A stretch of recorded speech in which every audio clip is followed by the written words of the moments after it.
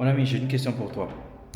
Est-ce que si tu savais, et si tu étais sûr que tu avais juste 50 échecs à parcourir pour réussir, à quelle vitesse est-ce que tu vas courir pour échouer 50 fois?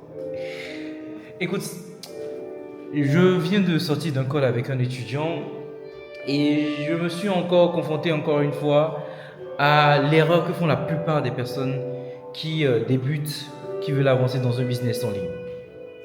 En fait, lorsque vous vous lancez, vous êtes persuadé que ça va aller de façon linéaire.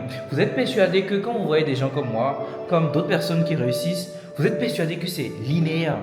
Vous êtes persuadé que tout va rapidement, sans encombre, et que vous n'aurez aucun souci. C'est que tu vas faire A, ça va donner B, B va donner C, C va donner D, et puis voilà, l'argent vient, et puis le succès, et tout ce qui s'ensuit. Mais non, ça ne se passe pas comme ça.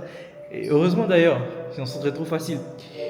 Donc, déjà, tu dois comprendre que si tu veux vraiment réussir, si on te met dans une salle de 100 personnes, tu dois être le seul.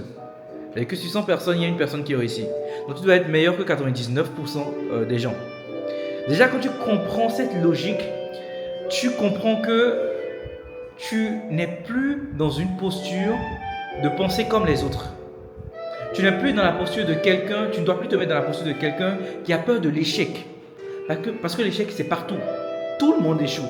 Celui qui n'échoue pas, ou celui qui te fait croire qu'il n'échoue pas, cette personne, c'est juste une personne qui veut juste te vendre ce qu'il a à te vendre, afin que toi tu puisses penser que voilà, tout sera tout beau, tout rose, et puis il n'y aura aucun encombre. Non, il y aura toujours des encombres, peu importe ce que tu vas faire, peu importe ce que tu vas décider de lancer.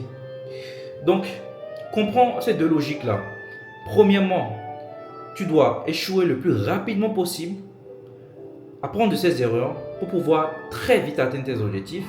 Et deuxièmement, tu dois comprendre que si tu veux être meilleur que 99 personnes dans une salle, tu dois tout faire pour ne pas faire ce que ces 99 personnes font. Voilà. C'est vraiment quelque chose de super important. Je t'assure que si tu l'intègres aujourd'hui dans ta tête et dans tout ce que tu vas faire, dans toutes tes actions, tu vas voir une différence véritablement considérable dans tous tes résultats.